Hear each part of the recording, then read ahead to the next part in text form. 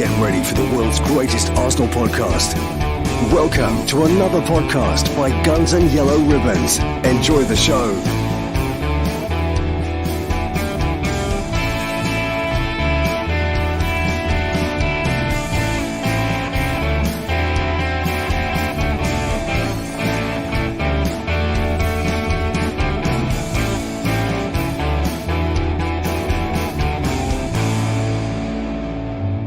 Hello, good evening. Welcome to another podcast by Guns and Yellow Ribbons. I'm Fergus, I'm your host. And it's my three good mates who are in the other three squares. Gunnar Hilsey just in from work. Capo Dan topping up his tan. And over in Copenhagen, we've got Alex. How are we doing, boys? Trev, you okay? They're not squares, by the way. They're rectangles, but never mind. Rectangles, okay, yeah, but it's it. Yeah. But, messed it up already. I have messed it up. Trev, you okay? Yeah, I'm good, thanks, Ferg. Knackered. I've done a full day at work today. I don't know why I do it. I don't have to, but I did it anyway, and I'm knackered. But I'm looking forward to this tonight because there's lots to come out of the game on Monday, isn't there? Lots to come out of the weekend football in general. The only thing great game, great win. The only thing I'm on a downer about is what are we talking about most? What have we been talking about most? Again, the same old story. But we've got to leave it behind. We've won again. I'm looking forward to this. Alex, you've been busy this week writing for the Gunnar fanzine. You've done your player ratings. You've done a piece on Havertz, and you've done a piece on Arteta's tactics and how he's using Partey, which we'll talk about. But you've been busy. Otherwise, did you get any time to watch the game? Yeah, I did. I went to the pub to watch the game with a couple of mates. But yeah, it was a long weekend with no Arsenal, and I almost thought that David Coote spoiled our Monday night, which Trevor touched upon right there. But yeah, luckily we got we hung on and got the 3 points, and then I went home and did my ratings and all the other stuff. So yeah, been busy watching Arsenal and analysing some of the stuff from the game. But it's been good. Yeah. And you had the pleasure of me, Dan, at Palace. It was myself, yourself, and a good friend from the North Bank, James. You were topping up your tan, and we chatted to Sophie and KC. Here's a little video of us. Me and Dan today, not Trev. No, nobody. I know. He had his 2 beers this morning. He's not allowed out. Listen, we're on the way down to Selhurst Park. It's nice and sunny Monday evening. Bloody late though, isn't it, for a game of football? It is, but it's a nice day out, to be honest. It nice is. Bit in the sun. We don't normally get us on the weekend. No, we don't. Finish work a little bit early. A couple of beers up in 5:30 on the dot. 5:30, 5:15 for me. Yeah. Oh, okay. Yeah. I'll finish later than you then. But you were there before me. Okay. Start again. So listen, what are you looking forward to tonight? They got Noah Lee said, Zaha's gone. Eze is really the main threat, isn't he? They'll be difficult to break down, but I do actually expect us to go here and win 3-0. I actually think we'll come here and dominate the game. I think the team that we've got ready is a level above what we've had when we've come here before. I think they're still a good side, Palace, but they've not quite got the threat on the counter that they used to have. And yeah, just think we're ready to come here and show that we're sort of title contenders and 3 points. Great little ground, great. Well, not for a view. Not for a view, no, we've got restricted view. Row 27, and I think we can see half the pitch. But they've got their little equivalent to the Ashburn now. I think the Holmesdale, I can't remember what they are. But they just make call them. noise. Just call them Tottenham with their whatever. I don't really care. They make a lot of noise, don't they? They do. So do Spurs fans. They still win nothing. So. But, yeah. Oh, he's so bitter. I'm not bitter. What do you think? Do you think we're going to win tonight? Yeah, I do. I think I'm like you. I want 3-0. I'd like to see a clean sheet. I really want to see a clean sheet. I think Ramsdale needs a clean sheet. I'd like us to see Arteta win on a Monday night. He hasn't won on 12 Monday nights in a row, so that's what I'd really like to see. You're negative today, aren't you? I'm not negative. Not seeing this winning. First time for everything. It's a stat. We are going to win. So there's quite a few points in there that which we'll cover. You're typically in a great mood, Ferg. Bringing out a stat we haven't won on a Monday. No, who cares about that? We're the Arsenal. I don't care about that stat. Hey, and listen. Tell me why I like Mondays. That's the name. That's why it's called this. We like Mondays now. The little firm that we talked about, are the little thing that Palace have as the Holmesdale Fanatics, and they've got a bit of this.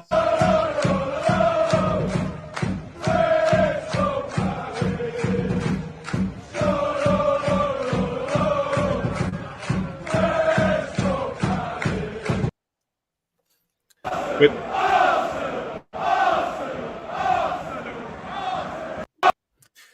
you can see that the view is quite limited. But you know what? The one thing that stood out for me from this, and Trev, it goes back to what we talked about a few weeks back about Arsenal and looking after the fans and looking after the Ashburton Army.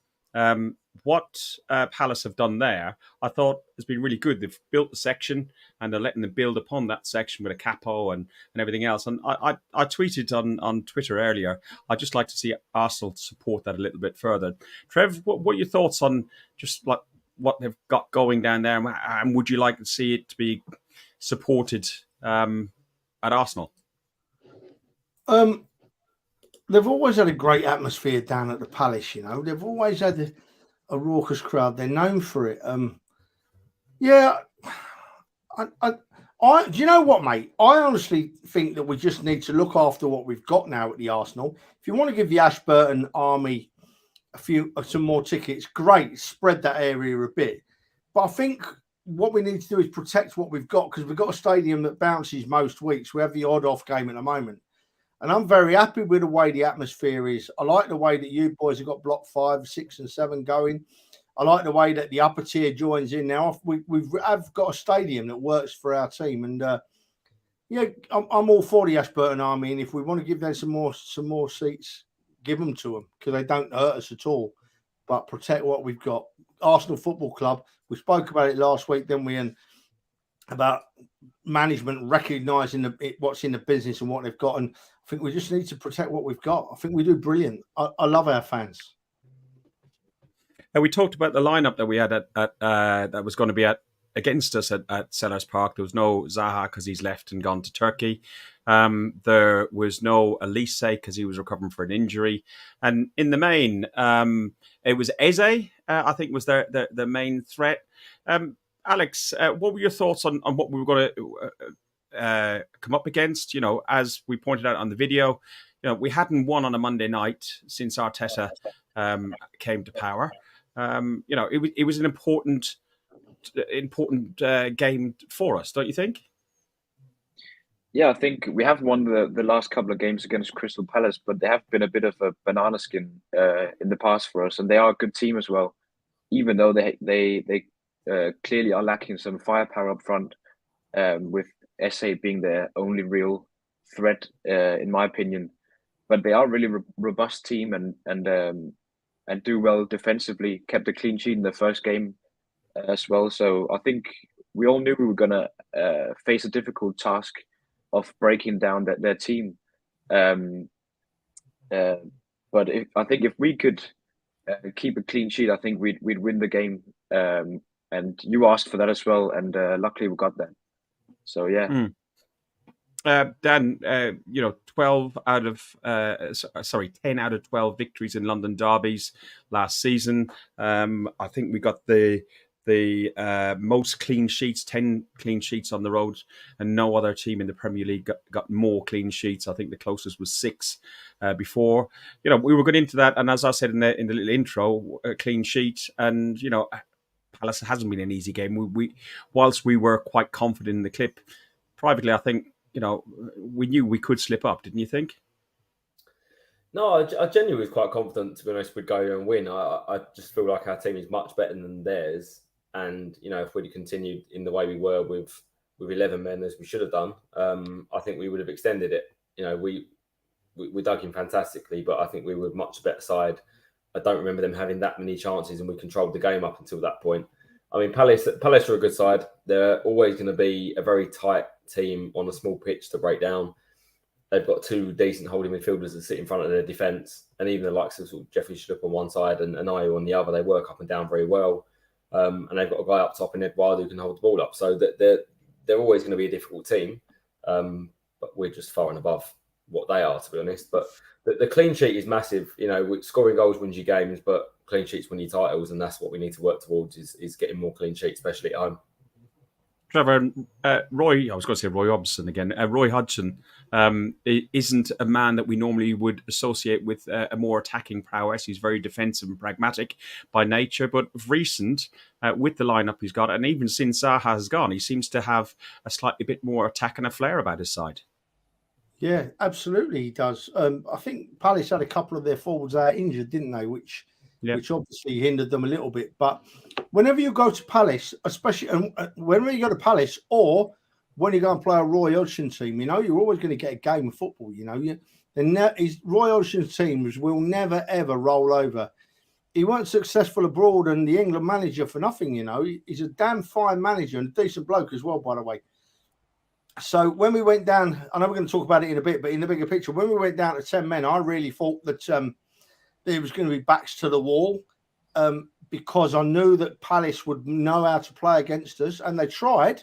And I'm going to leave it there because I want to talk about the wonderful way that we defended later in the game. Absolutely. And the way it reminded me of George Graham. So I'll leave it there for now. But yeah, I thought we did very well.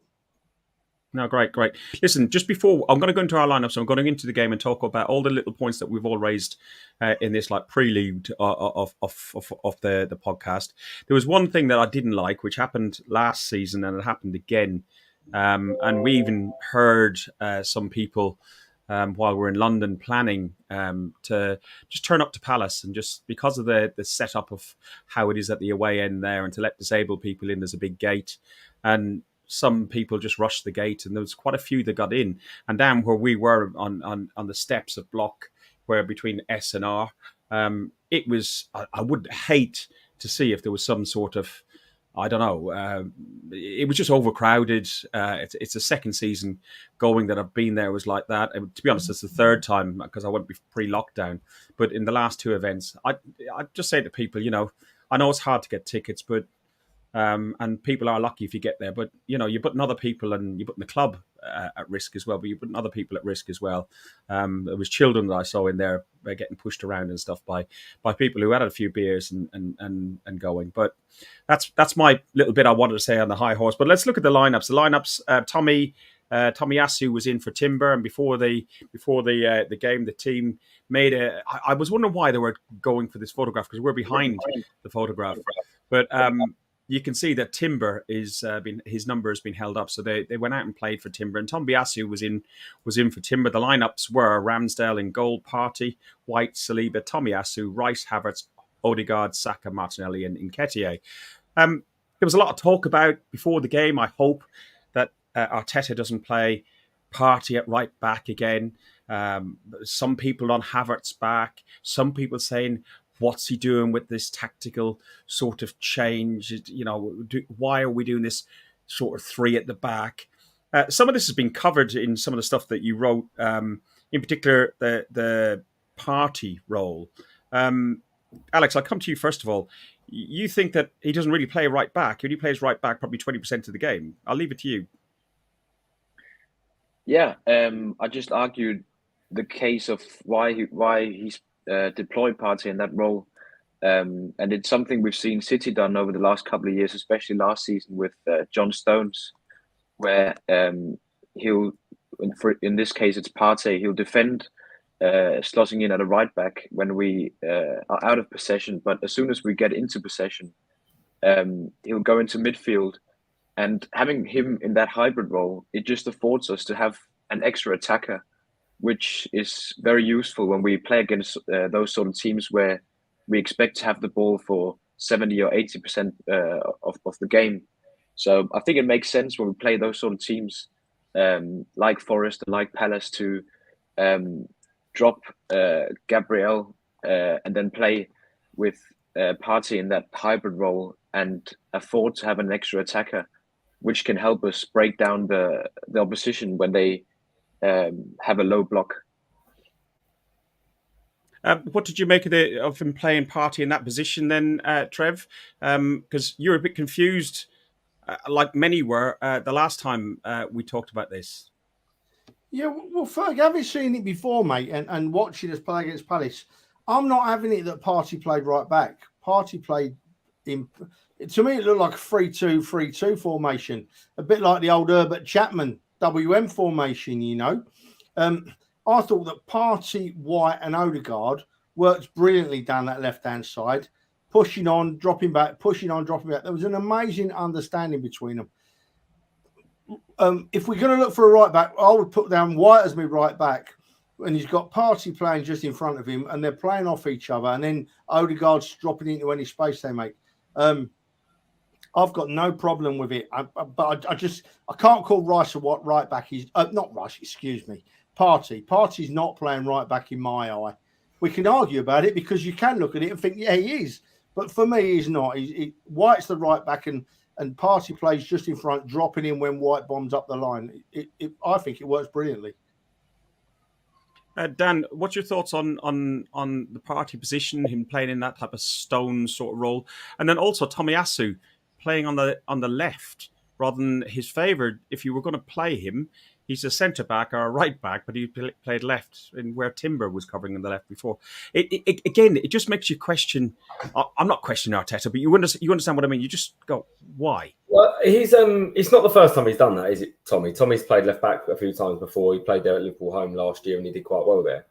And the same as the position that Partey's picking up isn't a new position. It's Zinchenko does it, Timber would have done it, and Partey's doing it. So Partey's effectively third choice in playing that role. But all we're saying is that instead of shifting it from the left, he's going to shift to the right and invert from there. So the only interesting thing I think with that is that he's picking, I would say, someone like Ben White over Gabriel. And the thing that worries me is what's going on with Gabriel. And I hope it's nothing, and I hope it's just tactical, because Gabriel is a fantastic player. But he's effectively gone and moved Ben White across and said, I'm not dropping Ben White, I'll drop Gabriel. Now, Gabriel can't play out on the left, I think, like Tommy can. So I'm not surprised he's brought in Tomiyasu. I was just surprised that he didn't drop Ben White instead of Gabriel initially. But Ben White's been fantastic, and he obviously clearly rates him as one of his sort of nailed-on starters, which is why he's been there. But the thing with Partey is he's going to play with the ball in central midfield. Without it, he's going to play at right back. And the fact is, we don't have much of the game that we don't have the ball, unless, for example, like when we had a man sent off. But the thing for me is Partey, you just lose something with him out on the right-hand side. He can play that role. He's played right back at Atletico before. He's got it in his locker.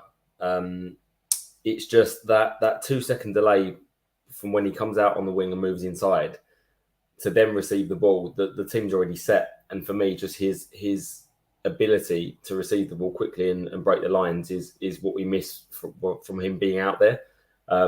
Having said that, Rice did fantastic in that position. I don't think Rice's natural position will be a 6. I think it'll be more of an 8 when Partey and everyone else is fit and Partey moves centrally. But when you've got someone like Rice that can come in and play that 6 role, it makes it easier to move Partey out, not have too much of a drop-off. So that's the big improvement from previous years, like with Lokonga. Arnie's got a great point. Arnie's got a great point in the chat there. Like last season, we were screaming out for a plan B by Arteta against a low block, and now he has. It would be really interesting to see when we come up against the likes of Manchester United at the beginning of September, if we revert back to a 4 at the back and then that sort of formation. And we're not going to know that until we come up against the more pressing teams, with the teams that want to sit back. Have we got a plan B? Well, this is what we're saying. This could be the plan B. Yeah, we have now. I don't think this is any different from plan A. The plan A is play with an inverted fullback, and then we go to a 3 and a 2. That is plan A. I don't think it's a different plan. It's just it switches from the left to the right. It seemed a little bit more obvious last year that we had a 4 at the back. Sorry, go ahead, Trev. No, just not quite understanding what Dan meant there, because I think that looking at our squad, you've got several ways he can go when he wants to play. I think that's the reason Tierney's not playing, because you don't want to use that attacking fullback as much that Tierney does out wide. He wants to play more down the middle of the field, from what I'm seeing, and move the ball out wide further up the pitch, rather than move the ball out wide from the goalkeeper. We seem to be playing it through the middle a bit and then moving it out wide a bit further up. So I'm excited by what I've seen, right? This Palace in particular, when I saw the 10 men, I was excited by what I saw, because I saw a bit of Arsenal, a bit of balls, a bit of strength, a bit of cleverness, right? A bit of nous up here, out to defend against a Palace side that were coming at them. And I thought, wow, that was the best thing I've seen in about last half of last season and the start of this season. Watching how we adapted to play against the 10 men. And we'll move on to it in a minute. But when Gabriel come on, my Lord, the last 20 minutes, I thought he was immense.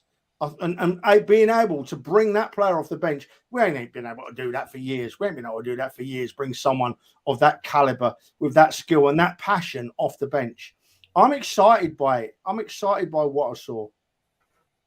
Another person that we talk about quite a bit, and talking about change in tactics, and again, sorry, it sounds like it's a love in for Alex, but there's a couple of articles that you did write that I really did think and they made sense to me. And there was the key how Kai Havertz will succeed at Arsenal and to repay Arsenal Arteta's faith.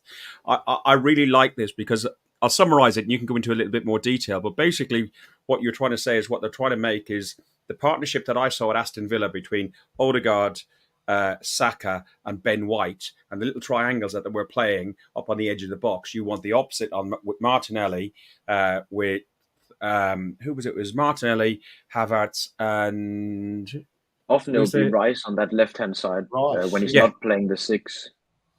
Yeah. So and it makes sense. So we've got the inverted that you were talking about on the left last year with Zinchenko. We've now got inverted. Okay, maybe Partey isn't the man to play the inverted role, but whoever is going to be in that role. So you've always got a mirror, and everything comes in the middle, goes out again. And it was only actually Trev when you said the WM. Maybe he's gone a long way back in the history books and picked up something like that. So, Alex, do you want to expand on the Havertz bit, and then we'll move into the game full on? Yeah, I mean, there's been a lot of talk of Havertz and focus on him from a lot of fans over the last couple of games, and I think a lot of fans, they want to see goals and assists from him, which he hasn't made yet. But I think we have to focus on the other things he does so well. Which is his presence and he's covered the most ground over the past 2 games. He's won the most duels. So he offers a lot of other stuff as well. And then I think his movement off the ball is something we'll see more of, and it's something that will surely make him score goals and create more assists. And when he sort of starts to click with Martinelli on the left, and I think Zinchenko will be a huge benefit for him as well. The way he creates angles, Zinchenko on the left-hand side, he'll be able to just dink the ball into Havertz, into the box, where he's so good at creating space. So I think we just got to have some patience with Havertz. And and if you don't think Havertz has done well, try to look at him in the next game and see the way he moves off the ball.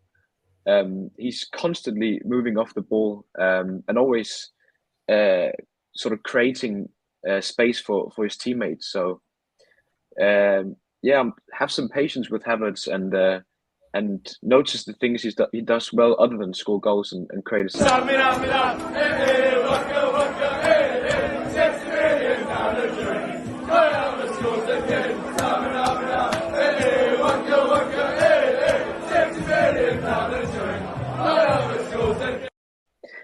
And just to finish off, I think he offers a bit of flexibility as well, as we saw at the Palace game when we went down to 10 men. Arteta sent him up as the lone man up top, and that's something he does well as too, which is hold up the ball and be sort of a focal point up top. So he offers that flexibility as well. Right, so first half we started with really well. Martinelli, Havertz, as we just said, it was set up Martinelli. So I'm just trying to download those photos you sent through to me, Dan. So I'm multitasking at the very wrong time. But yeah, so we had Havertz set up Martinelli for a big chance in the second minute. And then there was a bit of a threat from the wing from Ayew. And Tommy struggled. Tommy struggled throughout the game. Trev, what did you think of Tommy's, aside from the yellow card, which we know was unjust, and we'll definitely cover that. How did you feel he coped in the game overall?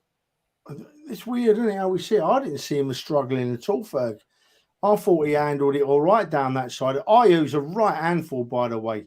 And he, as we saw later in the game, he don't care what he does to get a bit of possession or to get a player booked or get a player sent off. He does not care. He's a pain in the backside, is Ayew, on and off the ball. And I thought that Tommy handled him all right. I wasn't upset with the way Tommy was playing whatsoever. Mind you, I've never been upset with Tomiyasu. I've always thought He's a player that plays with his heart on his sleeve, and he's not let us down. So, yeah, I didn't see him as struggling, Ferg, to be honest, mate. Not at all. I'll have to be open on this. I wasn't feeling 100% of the game, so I was struggling to watch the game anyway. And with the view that we had where we were, Dan, it was shocking. You couldn't see, there was a pillar in the middle of the goal, and you couldn't see a third of the pitch on the away fan side. And we were halfway down the stand. So, you know, I don't think there's an unrestricted view in that stadium. I just thought that he just looked a little bit overwhelmed at times by the pressure that Palace were putting under him. Dan, did you see it the same way as me? To be honest, I didn't think he was any better or worse than usual. I felt like he was quite steady. I don't think we really gave Palace much of a chance. I think with Tommy, you can get at him at times. And if you're a winger, you can get in behind him and you can turn him. But I don't think I wouldn't say he had a bad game. I wouldn't say he was a fantastic player, standout player for the team on that game, but I don't think he had a bad game. And I think the sort of misconception because of his red card has probably twisted the view on him a little bit. And I think that's probably unjust, definitely I'd say probably both the yellow cards. I'm sure we'll get into that later. But I feel like he had a solid game for someone that's not been playing that regularly, playing on his wrong side up against someone that's quite tricky. Thought we did well. So a player that also comes under a little bit of a criticism had when I've been writing some of the notes and preparing today for this, the name I wrote down more than anybody else is the one that people, including myself, don't rate, which was Eddie. 29 minutes in, there's Saka spins this ball. I'm just going to turn the volume off. So talk to me about this one, Alex. Here we go. So this is the ball by Saka. Yeah, I think this is what Eddie did well this game. For me, that was one of his best games in an Arsenal shirt. But yeah, he just received the ball from Saka and just spun off his defender and went to get a shot off immediately. It was a bit of a difficult shot because he was off balance and it was on his weaker foot. But he got an even bigger chance later on, which we'll talk about. But yeah, I just think Eddie did really well at receiving the ball and then just spinning off his defenders. And that's just his striker instinct, which is, I think, why Arteta likes to play him in these games. To answer a couple of questions in the chat to Ross. No, I was on the water. If I'm honest, I had 2 beers before the game, and then it was water at halftime. I just wasn't well. And yes, Andy, Trevor is drinking Prime. Arsenal Football Club are now sponsoring him. He's putting it on playing things because we don't get the link on here. He's been sponsored by the club. He's very famous now as our Trevor. Smudge. Trev's drinking a bottle of water, mate. Ignore him. So that was 29 minutes, 35 minutes in. 36 minutes in. Eddie had this opportunity. Trev, come on, since you're the big sponsored man, let's talk about Eddie's opportunity. So Rice glides past a few players and took a perfect pass to Eddie, and then Eddie flies over the bar. Well, do you know what, Ferg? I've got to be careful tonight because I've made my views I've not been horrible about him. I've made my views clear that I don't think he's been playing up to standard. When you look at his input into the first 2 games, you can't make a case for him not playing, right? You can't, because he scored a goal in the first game and he's won a penalty in the second game. But what I'll challenge back with is that I'm not seeing defenders panicking when Eddie's on the ball, right? A real good striker gets on the ball and the defenders panic, right? Go into panic mode. They don't do that. And also, those 2 chances, a top-notch striker puts one of them away. He don't miss them both. He don't. But on the other hand, as I just said, Eddie's had an input into winning us both of our first 2 games. And looking at it from that perspective, you can't ask for any more. Right, so let's say I'm just split about him. He's still got to work harder for me, but I'm not upset with the way he's playing. To be honest, I think you're spot on, Trev. I watched the game back, and my thoughts were, okay, I've been massively harsh on Eddie at that game, watching it live. because his work rate, as always, to be fair to him, is top notch. His turn for that first goal, similar to the West Ham goal we scored at home last year on Boxing Day, just obviously he turned the opposite way and it was on his wrong peg. That turn's fantastic, and he was quite unlucky to be in the post. But exactly as you said, one of those two chances, the top striker scores. And this isn't that Eddie doesn't work hard. This isn't that he hasn't got talent. This isn't that he isn't going to be a good striker, because I think he will. But is he going to be a top striker that the top clubs need? I don't think he will. And that's not really too much of a harsh criticism on Eddie, because how many of those guys are around at the minute? You know, Real Madrid need a top striker. They haven't been able to go out and get one. There aren't that many of them around. So compare him to the rest of the strikers, what we can go and spend 40, 50, 60 million on. I don't think you're going to get much more than you're going to get with Eddie. So I just feel like he's always going to be a poacher. He's going to always be near enough a bit of a tap-in merchant. I don't think he's ever going to be a striker that can create something out of nothing and win you a game in that respect. But, you know, the penalty that he won, really quick thinking, great run, got there quick, ahead of the keeper. Basically, his contribution won us that game. And off the ball, his pressing is always fantastic. You know, that in the build-up to that first chance, the way we pressed the ball as a team was fantastic, and he leads that. So we are, I think, a bit harsh on him as fans, but I think it's also because we expect a top level striker because of the top level strikers we've had over the years, and you could name 6, 7, 8 over the last sort of 20 years and probably further. So I think that's probably what affects him as well. He's looking at the past history of the club and the top strikers we've had compared to what we have now.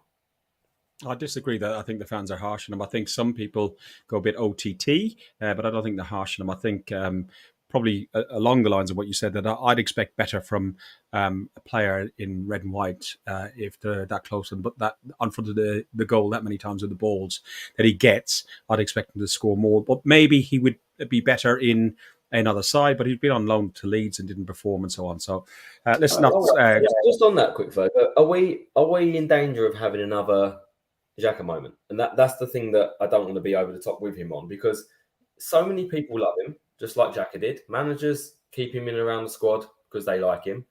Past professionals love him. You know, Kevin Campbell has raved about him. Ian Wright has raved about him. You're not going to really get a better reference than those two as well. I just don't see that there's many. Listen. The Xhaka comparison is probably. I get where you're coming from, but I wouldn't like to use that. Xhaka got the reasons for different things. I think with Eddie, it's just, I don't know. It's just more how I feel. It's nothing personal against him, but how I feel.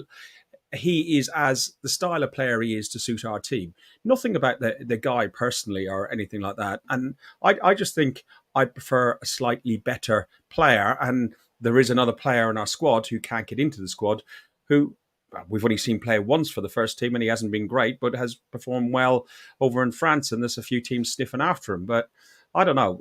Trev, did you want to come back? Were you going to come back in on it? Yeah, it's interesting what you boys said there. And I just...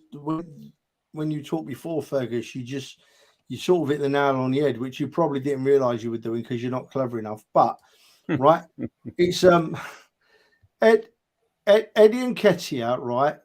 Is a thoroughly decent striker and a decent bloke, and we can all feel comfortable about talking about him as we do on this podcast because we don't step over the line, do we? You look at some of the social media after the game at the weekend, referring to Eddie and a couple of others. It was repulsive. It was vile. It was downright, horrible. We don't do that on here. And I think we're quite within our rights to say what we think about players because we do it in a sensible way. And we do it in a structured way. We've all said that we like Eddie. We've all said that he's scoring goals. We all said we think he could do a bit more, and we hope he does. We shouldn't worry about that in the slightest. Not in the slightest. Saying it how it is, mate.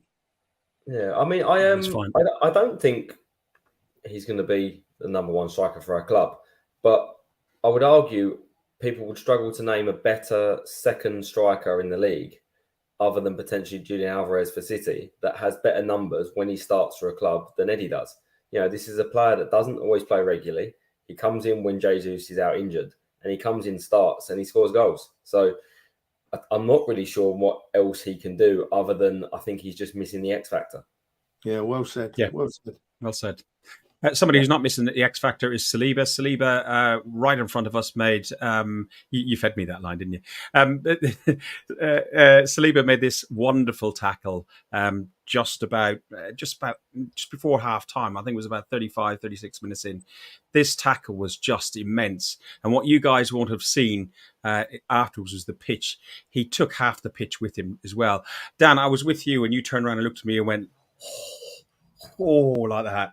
You thought he could have gone normal.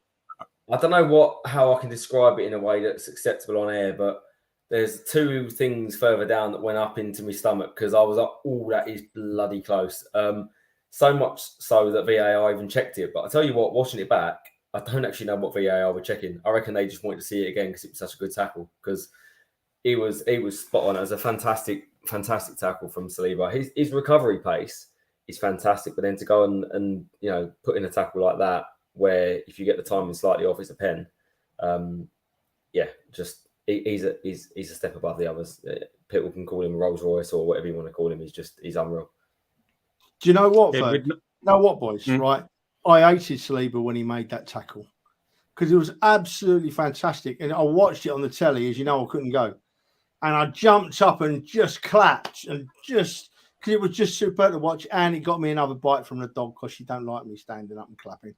So I had the dog hanging off my leg trying to watch the telly, but never mind. Dan, what you saw it live, I saw it on the telly.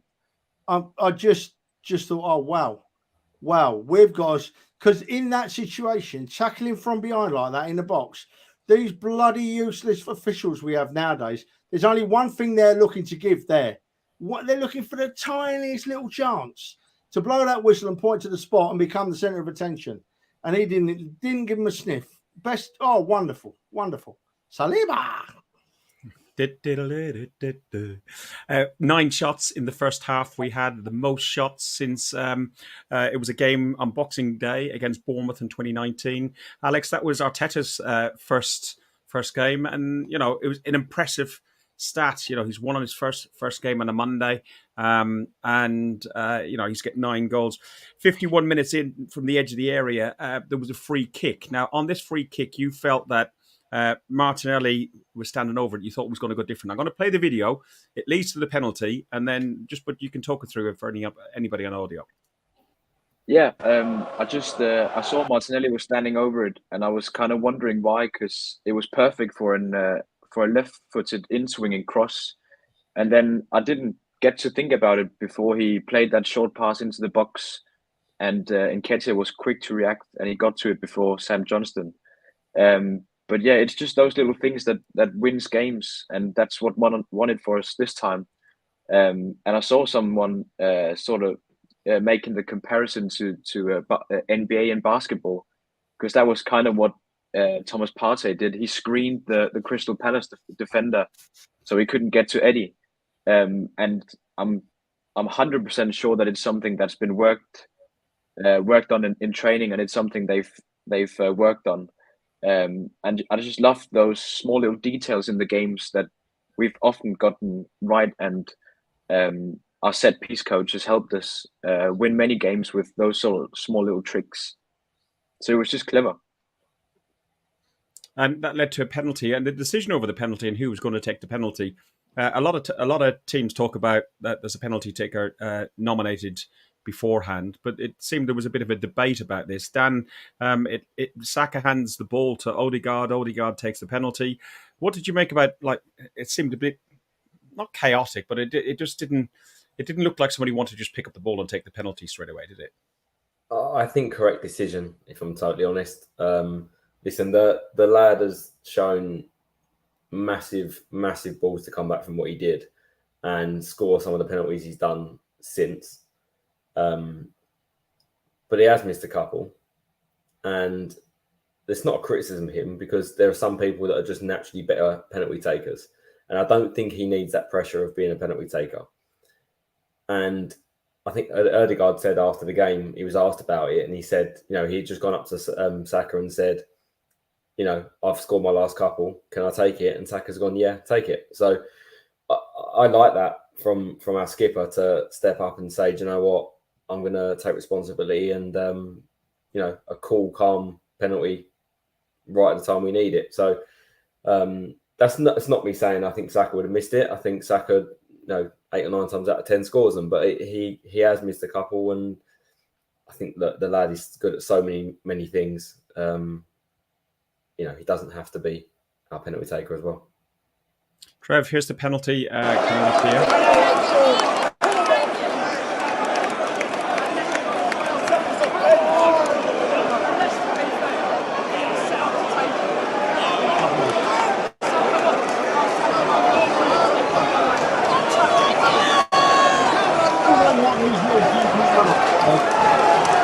Hang on a second. Go on, talk away. I see a lot of these jumpy up and down run-ups. Like run in and whack it, but it worked, so we'll take it. And it's what wins games, isn't it? It's what wins games. I'm going to give Palace a lot of credit for the way they played, and give Arsenal even more credit for the way we battled and got a point. Because Palace ain't going to struggle this season, I don't think. I may live to eat those words, who knows, but Palace are going to be there or thereabouts this season. They're not in a relegation battle, far from it. They're a decent side at home in front of that crowd, that raucous crowd. So, yeah, I'll take a penalty 1-0 all day. Move on. Who's next? Can we just talk about tourists in the crowd taking videos of penalties? I know, they weren't kicking out of the ground, didn't they? Bloody tourists. To be honest, I had Tony Murphy come up beside me, got bloody tourists, the video cameras and the phones and this. And I turned around and said, no, that's when the Bakayo Saka song was going, and it was really going proper. And then leading up to the penalty, because everyone thought Saka was going to take it. And I just wanted to grab the atmosphere. I was going to show it on here. And the little bit I got was not great, but I kept that in there. So up yours. Tourist. Listen, we seem to not down tools, but we seem to, for a few minutes go down a couple of gears after we got 1-0 up. I don't know if that was your observation, but there was a couple of incidents which led to the yellow cards, which we've intimated about earlier, which was a bit of time wasting. I did see something on Twitter and TikTok about I think it was Havertz was going to take a throw in, and it took him about 15 seconds. He passed the ball to Tomiyasu, and Tomiyasu took 8 seconds. And because the Palace players who had been equally time wasting as much complained, Havertz didn't get the yellow card. Tomiyasu took the yellow card. I find that difficult to understand. I understand and I appreciate that they're trying to stop time wasting as such, and people kicking the ball away and people gesticulating yellow cards, which Partey did do actually in that at one point later in the game. But I understand the change in the rules, and the players should understand the change in the rules. But how Tomiyasu ended up with that first yellow card when it was Havertz who took even longer, I don't get it. Can somebody who wants to explain to me why he ended up with it over not even giving to Havertz, who had the ball even longer? They were saying not long before the referee had gone across. I'm not sure if it was to Ben White or someone at the back and give it the big. Yeah, it was. No more of this, and I think that Tomiyasu came just after with that throw-in. He sort of took one for the team in that yellow card. Do you know what? That yellow card doesn't bother me as much as the next one, right? I'll show you that, and you can talk through this while it's on. Yeah. You see, Ayew knows, right? Ayew knows that Tomiyasu's on a yellow card. He knows. He's not stupid. So he's going to go. I said earlier in the show, right? Ayew's a clever player. He's a pain in the backside, clever player who knows how to play the game both ways. And he felt a touch on the back there and he went down. Then what concerns me comes in there is that the referee has looked at that and said, that's another yellow card, because first time I saw it, I knew it wasn't. I knew he hadn't pulled his shirt because his shirt doesn't leave his back. and you know he's not pushing him because he's pulling his arms away. And I'm not a paid referee, and watching it in real time on the TV, I knew that wasn't a yellow card. And do you know what really bubbled me? What really, really got my back up, right? Was that Gary Neville on the TV, who's meant to be the expert, who he gets paid all of our Sky money that we pay to Sky to be the expert, said, and I quote, he had a little tug at his shirt. You're always going to get booked for that. That's the expert. That's who's. And Carragher agreed as well. You what, mate? And Carragher, he agreed as well. He thought it was a yellow card as well. Hang on a minute. This bloke, this expert, has had the benefit of a replay of 2 or 3 or 4 because he's got screens all around him, and he's still taking about 10 goes to see what I saw in real time, and then still saying the wrong things. I was fuming with what Neville said because it doesn't help the game. Those pundits need to be not saying things about players like that. He should have said the referee's got it wrong there. You don't have to say the referee's an arse or the referee's a knob or the referee's a dick or the referee's an idiot. All he has to say is the truth. The referee got it wrong. And he didn't. For some reason, he didn't. And I can't work it out. And while we've got pundits like that saying those things, we're going to struggle to move the game away from these idiot referees. I think this is the clip. I think if players are starting to get sent off, I mean, obviously this one is always going to be a yellow card. But if you've got defenders or other players on the pitch that are wasting time, you're going to get booked. This will have a bigger impact tonight, this sending off, on time wasting for players that will be adding 15 minutes on at the end. That's not the quote that you said, but I did hear the quote that you said, but it's the same rhetoric and same BS sort of thing. Yeah. Alex, what's your thoughts on the yellow card then? Yeah, I think the first one was fair enough. I think it was just Tommy was unlucky because he ended up with the ball and he didn't actually take a long time with the throw in. It was Havertz who took a long time and then passed it up to him. So I think it was fair enough that he got the first one. And then, I mean, yeah, with the second one, I think the only thing he did wrong, Tommy, was to let Ayew get on the other side of him to spin him. But yeah, I mean, there was no contact, and I think it kind of shows one of the flaws with VAR, which is not being able to review a second yellow, which leads to a red card. Because I mean, I'm sure if the ref went to watch that on the screen, he'd never give a yellow card. So yeah, for me, it shows one of the flaws in the VAR system as well. Yeah, absolutely. It shows they need to change that rule and change it quickly. Because at the moment, that referee's given a yellow card when it shouldn't have been given. And that's made it a red card. And Arsenal can't challenge it. So the referee sat at home eating his tea thinking, I got one wrong, but it don't matter. I'm not going to be made to look an idiot because they can't challenge me. That's wrong. That's wrong in any form of life, not just refereeing. You can't do something wrong and not be challenged for it. And that's where referees are. They're not going to improve while we're not challenging those mistakes. It's a desperately bad rule that needs changing. And if the FA or wherever it is, the Premier League, have got anything about them, they will, at this very moment in time, be thinking, we need to look at that second yellow. We need to overrule this. But they won't. They won't. I'll tell you what, though, Trev, the one thing I'd want to see, and we've said this word many, many times now, is consistency. Because if that's a yellow card for the first one for time wasting, and there is a limit in total for players taking a yellow card, fine. I want to see that for every single player. But I guarantee if that was a second yellow, they wouldn't have given that second yellow as a red card for time wasting. It just would never happen. And I know not all of us watched the Women's World Cup, but there was an instance in the Women's World Cup where a Spanish player kicked the ball away to waste some time for a throw-in, and they were on a yellow card already. And the referee went to reach for the yellow, realised that player was on a yellow card, and decided to not issue the second yellow card.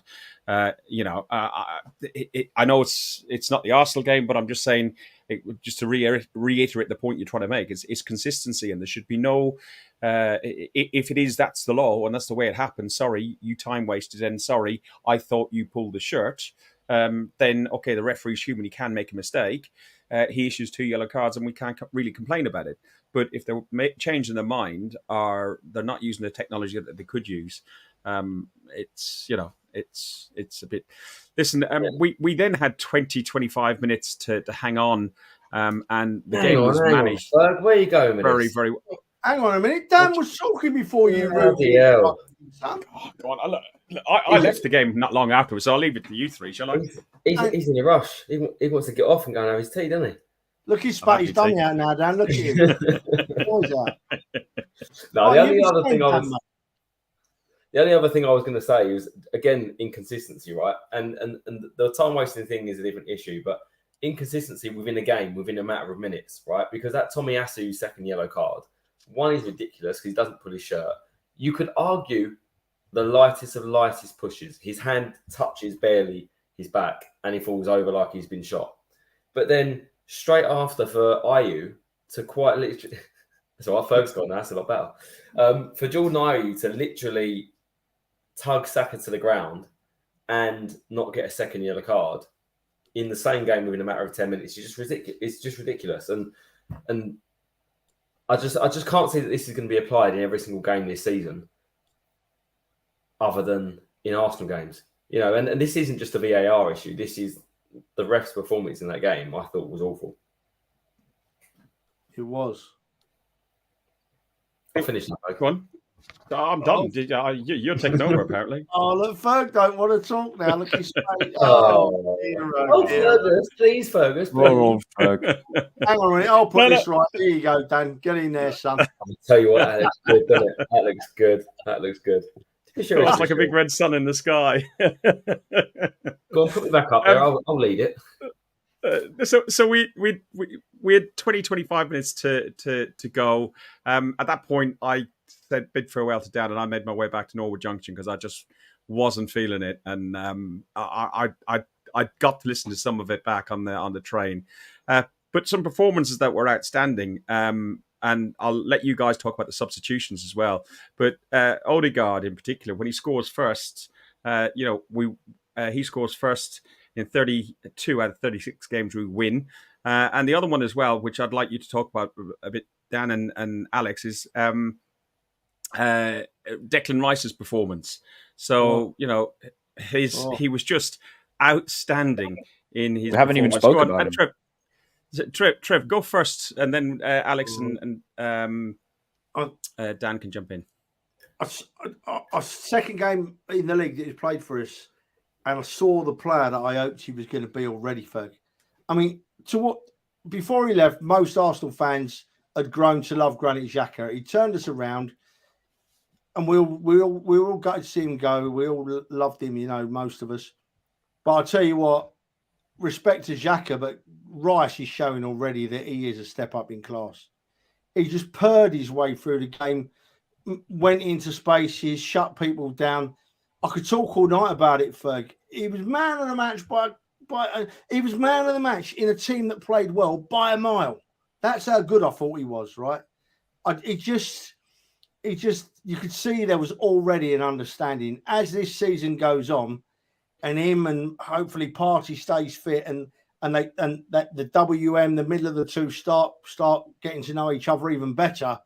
I'm lost for words, Ferg. I'm that excited about it, about watching this team develop now. We've got these extra players. Now, I mean, Timber's gone, which is a sickener. But Saliba and Gabriel, because Gabriel was so good when he came on. And then Rice coming in next to Partey and feeding our young kids up front. You're going to have to stop me because I'm just going to waffle all night about it. This old man's so excited. I mean, I can jump in. So the reason I sent these graphics, and I don't know if you want to show them, maybe the second one, for example. What's interesting, you look at the position on the left. He is the guy right in the centre in the 6 role. Yet you see his pass map and his passes by zones. He's just all over the pitch. So he doesn't stay in and gets involved in all areas of the game. And then if you go back to the first graphic, I think it even says on there, distance covered, the highest. But your number 6, passes in the final third, second most. Expected assists, highest. And that's your number 6. The thing with Declan was, I think when we're playing well and we're on top of the game, I think he's going to go unnoticed a little bit. But I think what you'll have with Declan Rice is that when we really, really need him, he'll be the guy that steps up because he is just a natural leader. And I think we saw that with 10 men at the end, that his game went up another level. And he's going to be, I mean, he's already such a likable person, I think, and he's already started to come across that that the way he interacts with the fans, and the fans, I think, are grown to love him already. But I spoke with a West Ham fan a few weeks ago before we started the season, and my view on Declan Rice was 100 and whatever million way overvalued. He's worth 50, 55 million maybe, and he's a good player. And their words to me were, you just watch him week in, week out, and I guarantee your opinion will change. It will go from he's a decent player to he's one of the first names on the team sheet. And I think he could be that guy that just when we really need him in times when we're in a run-in, when we need to dig our heels in, when we need to get over the line, in games like last year, West Ham away, Liverpool away, he could just be the guy that gets us over the line, and those extra few points, not so much going forward, not so much opening up a team, but in terms of being vocal, organising people on the pitch, in the right places at the right time. I think he could be that man. Alex? Yeah, I agree with everything Dan said, and I feel like I could speak for hours about Declan Rice, but I'll make it short. But I think us Arsenal fans, we saw the first little snippet of why we paid so much money for him against Palace in that game. And we have to remember as well, he's only 24. He's only just come into the team. He'll get even better and better. And I think one of the things which I wrote about in the article is I think he'll add more goals and assists to his game as well. Against Palace, he sat a bit deeper, played more central.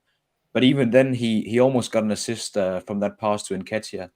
And I think in some games where you play more further up the pitch, like he did against Forest, I think we'll see even more goal threat from him. He got close as well against Forest, but I think if he can add more goals to his game and then more assists as well, I can't see what's stopping him from becoming one of the best midfielders in the world. That's what West Ham fans say to me. Trev, you were going to interject there because I know whatever Dan said got you. I was just agreeing with everything the boy said. It excites me. And you're right, he did play further forward against Forest. He was desperate to score. He had a couple of shots, didn't he? Turner made a decent save. Played slightly differently away in an away game at Palace, as you said, a little bit deeper, but still made the moves in the middle of the field. And as we've seen from that, I hadn't seen that graphic before, as you boys know, got all over the pitch. And when a player of that class gets all over the pitch, that's that when players opposition know how good Rice is, all Rice has got to do is move into space. He's going to drag two players to him and make a space behind them. You know, he's that good, Rice. His movement off the ball will be just as important as his movement with the ball, because he'll move the opposition defence around the park even when he hasn't got the ball. You know, he's that good. He can be that good. And as the boy said, 2 games. What have we got to come? I just hope he stays. Don't let the Arsenal curse strike again. Please let him stay fit, Arteta and his substitutions have been a question last season. We've come along and sometimes wondered why he's made certain substitutions, why he's left it so late. In this particular game, he was forced to make some tactical changes because we're down to 10 men. Trevor, you hinted on it earlier as well. Gabriel, you spoke to us before we came on live and mentioned it briefly, that Gabby's performance, we wondered why he wasn't playing. There's a lot of people talking about maybe he has an injury or something like that, which I don't believe he has. But when he came on, you went, wow, what a performance. Yeah. I mean, the first substitution, I was a little bit what's going on here. When he took Martinelli off, I thought he might have took Havertz off, because I just thought when you're playing with 10 men, Martinelli gives you a bit more of an outlet, further up the field. But that's what the gaffer's decision was, to take Martinelli off. Fair enough. But when Gabriel come on, you looked at him for 10 seconds, right? And you knew straight away that here was a player that might be upset at being dropped to the bench, but he weren't going to show it on the pitch. If he's upset at being dropped, he's going to be showing it where he should, in Arteta's office. And we've had players in the recent past who have come on the pitch when they've been dropped or when they're upset, and disappeared, not wanting to play. Embarrassed us, actually, wouldn't be an overstatement, but not Gabriel. He was chucking himself about and he was ranting and raging and lifting the team. It was backs to the wall stuff from a different era. I'm not going to rant on about different eras, but it was backs to the wall stuff. And we were not going to give a goal away, were we? They had one chance that they blazed over the bar, and that was it. That was it. They didn't get a shot on goal, I don't think. We were that good, backs to the wall. Proud of them. So proud of them. Dan, your thoughts on substitutions and the performances and Arteta's moves on those substitutions?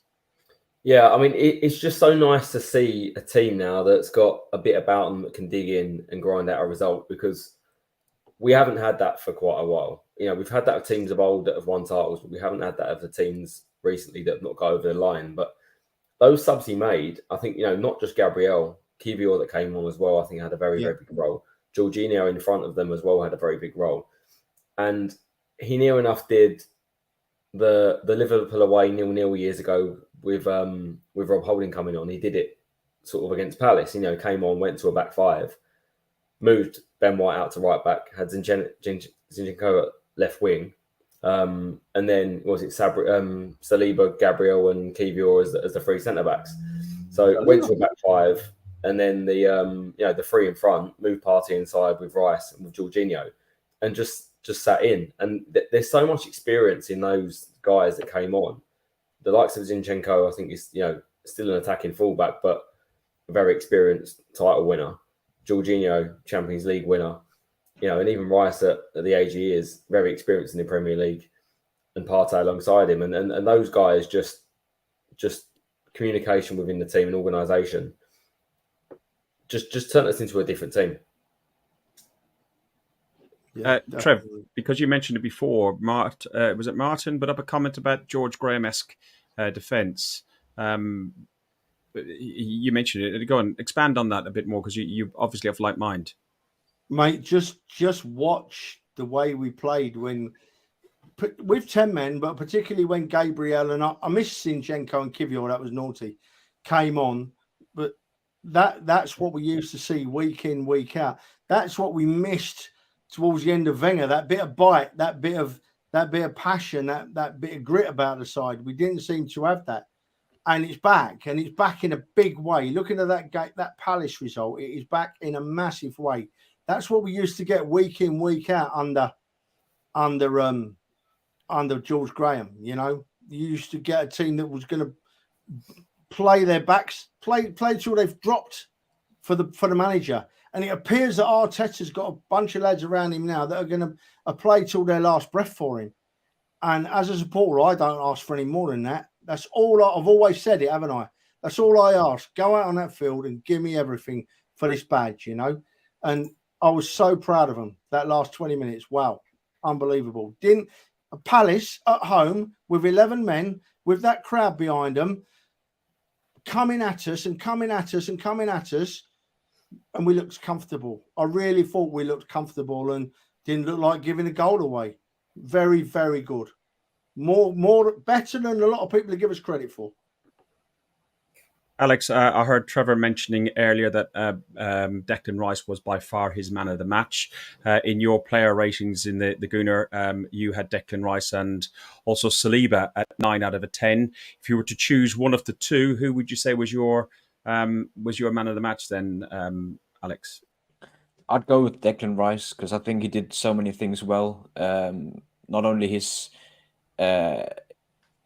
his presence in midfield, but his passing as well. And then he should have had an assist as well. So I'll give it to Rice, even though I think Saliba was outstanding as well.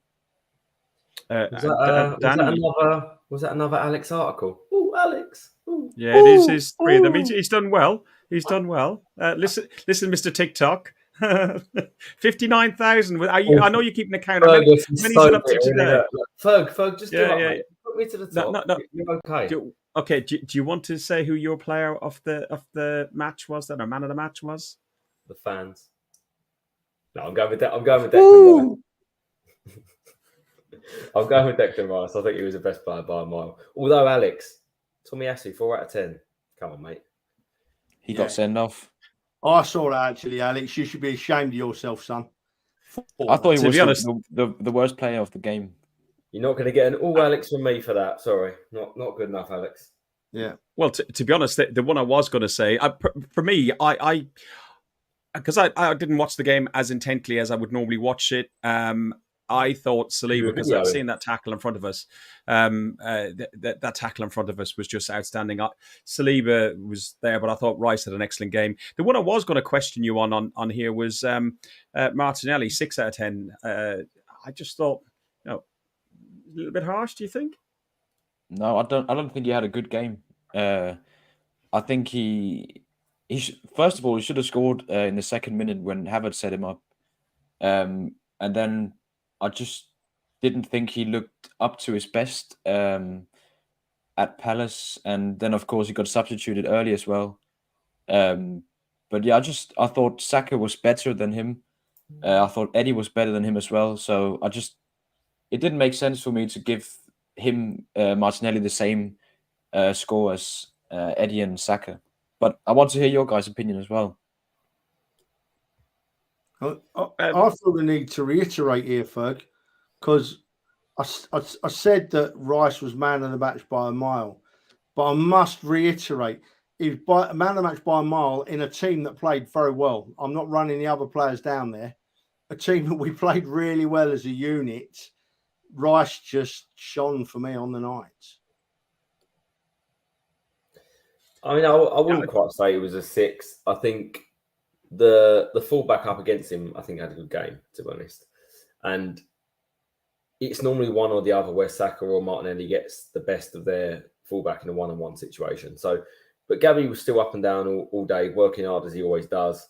It was him with Eddie switched on to win the penalty. So if you're talking about moments that change your game, Eddie making the run first and Martinelli being switched on enough to pick him out. So, yeah, it's hard to judge because he went at the time when we went down to 10 men. But up until then... I did say to you, Dan, though, in the stands, I did say that Martinelli wasn't having a great game. And I said Tomiyasu and Martinelli were, if you're to pick out two players who weren't at their best, were the two. And even in the beginning of the podcast, I asked people's thoughts on did Tomiyasu feel overwhelmed on the game. Listen, I suppose we've done that game to death. I think it was a great 1-0 away. It's on a Monday night at a difficult place to go to at the best of times. One thing that did come out of it, which got a great rendition, was the Saka song, the Voulez-vous Saka song.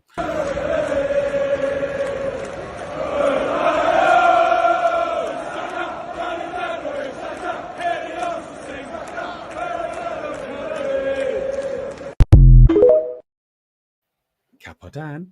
Want to hear that on Saturday, Block 5, loud and proud? Yeah, it will be loud and proud. Saturday, Fulham. So we've got a 3:00 kickoff, a very rare occurrence. Trevor, you're up in Manchester doing some fundraising for a family member, so you won't be joining us this weekend because family, as always, come first. But what are you expecting, and how are you expecting the lineups to be? Do you think we'll still have this WM as you talked about type of formation? I think that the whoever it is going to grow a massive, great pair of balls tomorrow and announce that they've rescinded Tomiyasu's second yellow card. They've changed the rules to show the refs that they can't get away with murder. I think that I saw us play against Fulham last season and we were by far the better side. And I'm seeing us play against Fulham at home on Saturday and I can't see anything but a win. I'm not worried about Fulham. Their talisman's gone. The centre forward, what's his name, is gone. Right, he carried them up front.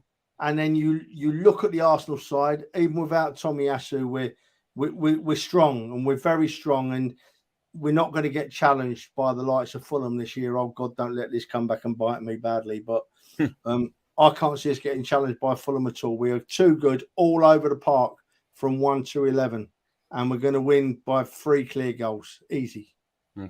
Okay, Alex, who's coming in from Tomiyasu? Can you see much of a change? Is it just going to be a man change or a formation change? I think we might see a formation change depending on if Zinchenko is fit to start. But I think hopefully we'll see the first big win of the season. Fulham's been the worst defending team so far. These two games in terms of chances conceded. So if we can finish our dinner this time, which we haven't been good at the first two games, I think we'll see a big win, and I think we should see a big win versus a Fulham side that doesn't look very good this season. They need strengthening before the window shuts if they want to stay up this season. I think so.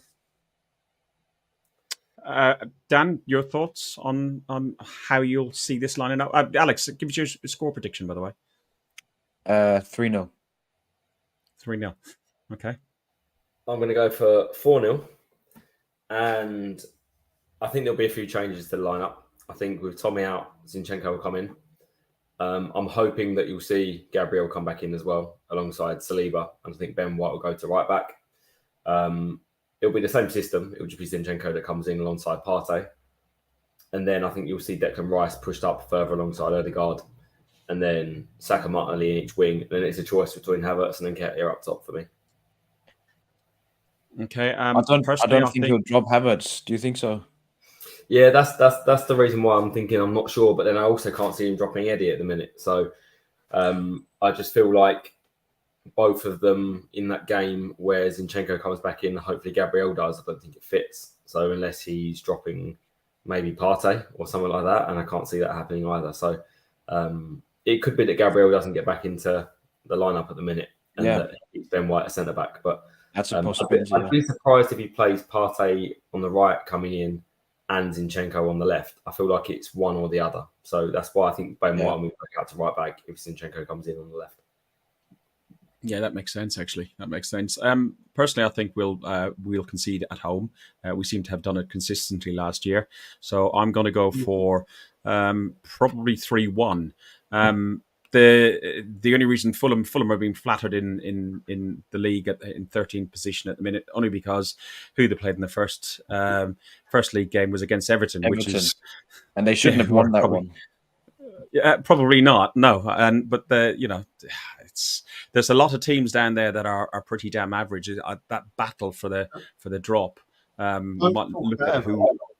Don't talk about Everton yet, boys, because we've got them the away game after next, and it is Everton, and we have been abysmal there in the last 2 or 3 seasons. And the only thing I was thinking about that, Trev. The only good thing is we've got them away earlier in the season.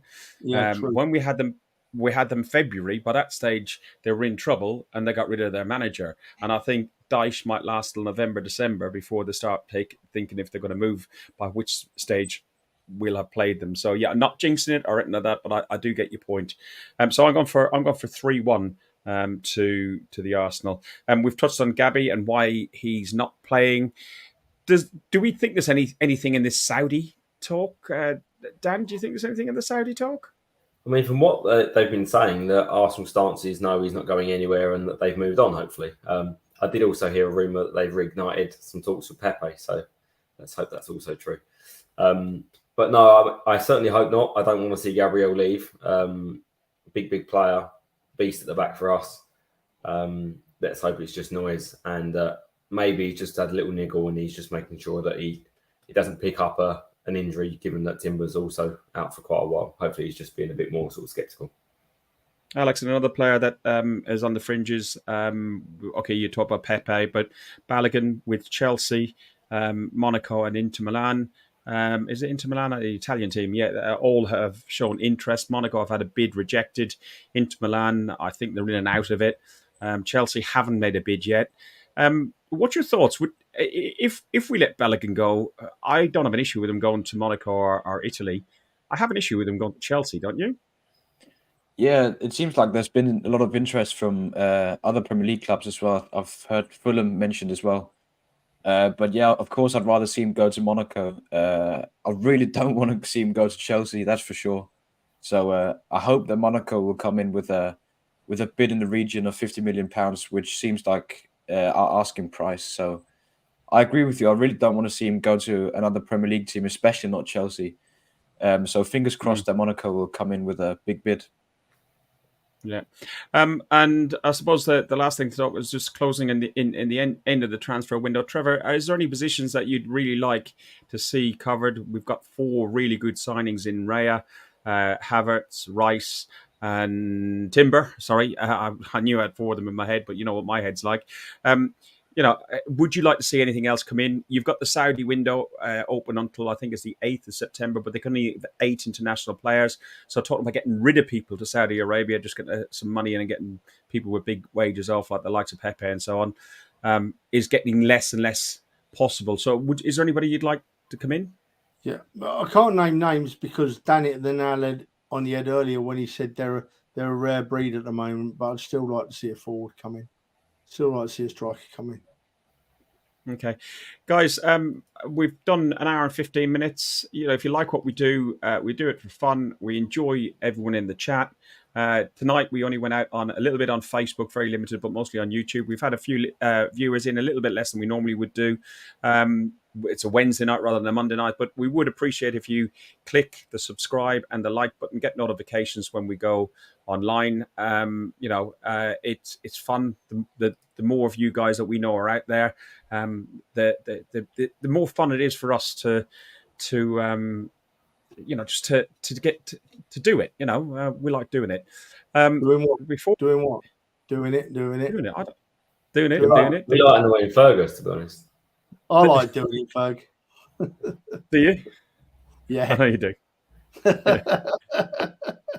Listen, let's hope we hear a bit of this before the Fulham game on Saturday.